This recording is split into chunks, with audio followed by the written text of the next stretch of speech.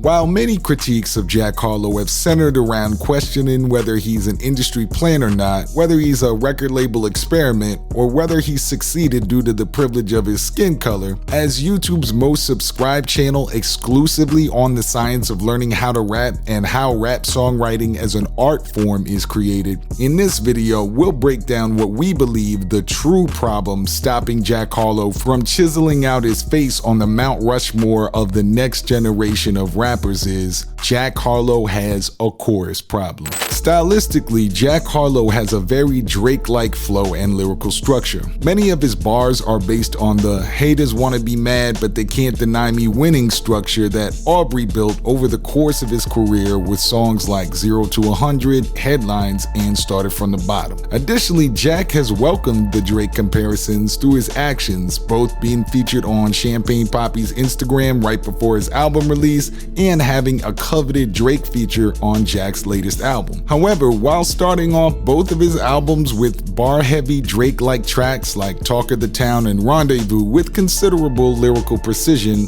Harlow lacks in the Drake X factor of consistently being able to write iconic choruses for both himself and others. In a minute, we'll break down step by step exactly how we believe Jack Harlow's music could be improved, but if you yourself are an up-and-coming rapper watching this and want to avoid having weak choruses and song structure, pick up our free video course, The Top 20 Songwriting Secrets of Professional Rappers, by clicking the first link in the video description. And as we delve into the science of what's holding Jack Harlow's choruses back, always remember that the fans don't study the science of rap to the same level that artists and journalists do. All a fan often thinks is, this song isn't catchy, this track isn't memorable, and skips to the next track. It's in the ability to weave a seamless chorus that really turns something into a bona fide hit. Now, Jack Harlow's most well-known songs are almost always structured in this way. Start with the chorus, have an iconic feature or sample, and have a melodic tone at some point. Way Out featuring Big Sean, Industry Baby where Jack features on a track from the hook-heavy Lil Nas X, and First Class all follow these rules. The notable exception of What's Poppin', while not having much vocal melody, has an iconic instrumental melody. The chorus starts the song and is almost as well known for its feature-heavy remix as the original track itself. In other words, the witty bar-type rapper like Jack Harlow wants to be needs to break up his desire to get lost in the rhymes, as he said at the beginning of this video, by having catchy choruses, memorable features, and using great samples. On his first album, That's What They All Say, Jack at least attempted to follow this structure, with the second track, Face of My City, being a major feature from the melodic Lil Baby, and starting with the chorus, followed by 21C, a heavily melodic chorus first track, before having back-to-back melodic choruses and heavy features with Big Sean and Chris Brown after that. However, on his recent album, Come Home, The Kids Miss You, Jack doesn't follow his own successes often, with tracks like Talk of the Town, Young Harleezy, Dua Lipa, and even Churchill Downs featuring the chorus king himself, Drake, treating the chorus as an afterthought. Why would Harlow switch around the working formula of his first album on his second album? She introduced me to rap. Really? Yeah. How? She was a really big rap fan growing up. She was at Public Enemy concerts and all that shit in the 90s, and so I dug into her CD collection in like the late 2000s, and one of my earliest memories is her buying Late Registration on physical and playing it in the car and telling me, yo, you can't say a lot of these words. But she had, she had the whole Outkast discography. She put me on the Tribe. Like, my mom was seasoned. She's a hip hop head, not just the hits. She loves hip hop, so I owe her my introduction. Although it's absolutely awesome that Jack Harlow's mom was a hip-hop head and introduced him to classics like A Tribe Called Quest and Public Enemy, hidden in this clip is what we at How to Rap believe is the reason Jack Harlow has slipped into some of the bad habits as a lyrically minded rapper who's attempting to stay mainstream. Often, when someone is introduced to rap through lyrical classic hip-hop, an art form that puts the chorus second behind the bars, rhymes, and content, when they are first learning how to rap, that same artist will shirk on the work, aka pay less attention to their ability to pen catchy choruses. This might look like just writing unreleased written bars with no hook over famous instrumentals to get good at rap, or this might look like just finding a bar you repeat twice in the rap and making that the chorus, and so on. Therefore, if a rapper is going to be lyrically minded but still try to go mainstream, they'll have to compensate for that lack of experience as a songwriter by becoming a song finder. A song finder, as opposed to a songwriter, is a rapper who knows knows how to best find collaborations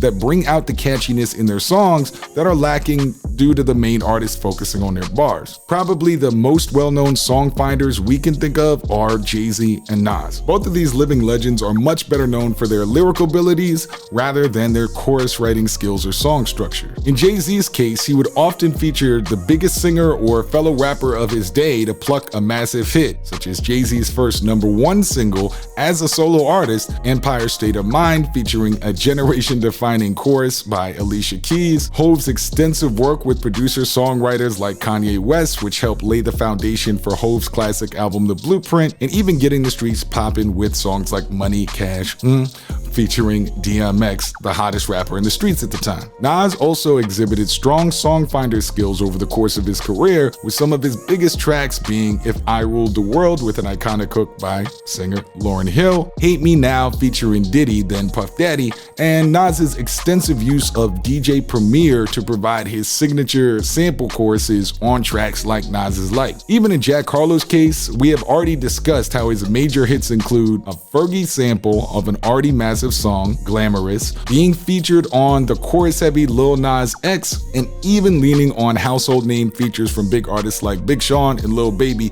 for his other well-known tracks. Look, likability and marketability aren't Jack Harlow's problem. He needs to keep pushing the buttons musically that have worked for him, such as honing his song-finding skills, if he doesn't plan to continue to write melodic or catchy choruses. Legends only? Correct. Intentionally, or just it kind of happened like that and you were like... It kind of happened like that. Really? Yeah. Who was first? Drake? I think Wayne was first. It's pretty great. Yeah, Wayne was first. Are these easy features for you to get? Not necessarily. I mean, they were all very open to it and warm about it, but I never want to call these guys easy. That's what I'm saying. Yeah, even so to get them. I think it had to be the right song, it had to be the right energy, and they all felt good about it. Now, this final clip points to a possible blind spot for Jack Harlow. He says in many interviews he's here to compete, yet when he goes for features, he goes for massive names that of course will take the money and clout and hedge their bets that Jack might get bigger, but it's not like those features are going to change the careers of the rappers who are already big, and unless they drop something iconic, it's not going to necessarily change the career of Jack Harlow. Drake's verse was solid and a bit buzzworthy due to some subliminals at Pusha T. Justin Timberlake's hook was nice as always, but JT is sort of out of the loop with the culture at this point, and Wayne performed highly as he usually does, but without dropping any life-changing bars. Like, he wasn't performing at the level he would with a Nicki Minaj or Drake feature on his team. This is where we believe the industry plant talk for Jack Harlow really stems from. Many people in the culture wonder how a relatively unknown rapper with no major cosigns from a town and state not known for hip-hop have all of these big features. At How to Rap, we're not here to hate, but we are here to evaluate the musical choices made by top artists to help you new artists along. Therefore, we believe that Jack's feature problem stems from both a poor usage of features, like no Drake hook, less melodic choruses all over album 2, etc., and from a chasing of legends as opposed to finding the best features possible that will make the best songs, again, being a song finder. At the end of the day, we're not here to hate on Jack Harlow, and we're not saying he can't still be on the Mount Rushmore of new rappers. In fact, the fact that he is so influenced by lyrical bar type rap, whether that's old school or Drake or whatever, the fact he is likable, and marketable, and the fact that he has shown that he does have good choruses and #1 hits in him. I mean, as we record this, he's got a song that's in the top 5 and has hit #1. It means he still has a good shot at being even bigger. However, in order to do that, he'll need to address his chorus problem more thoroughly, and frankly, we hope he does, because no matter what we've said, dude is definitely talented. Again, if you're an artist watching this trying to hone your talent, click the link in the video description for a free course, and be sure to leave us a comment no matter who you are. What do you think is Jack Harlow's best chorus so far? We talked a lot about what he could do better. We want to see in your comments, what do you think Jack Harlow's best chorus is? I've been your host, Drew Marcy, the big homie Drew for How to Rap. I'm out.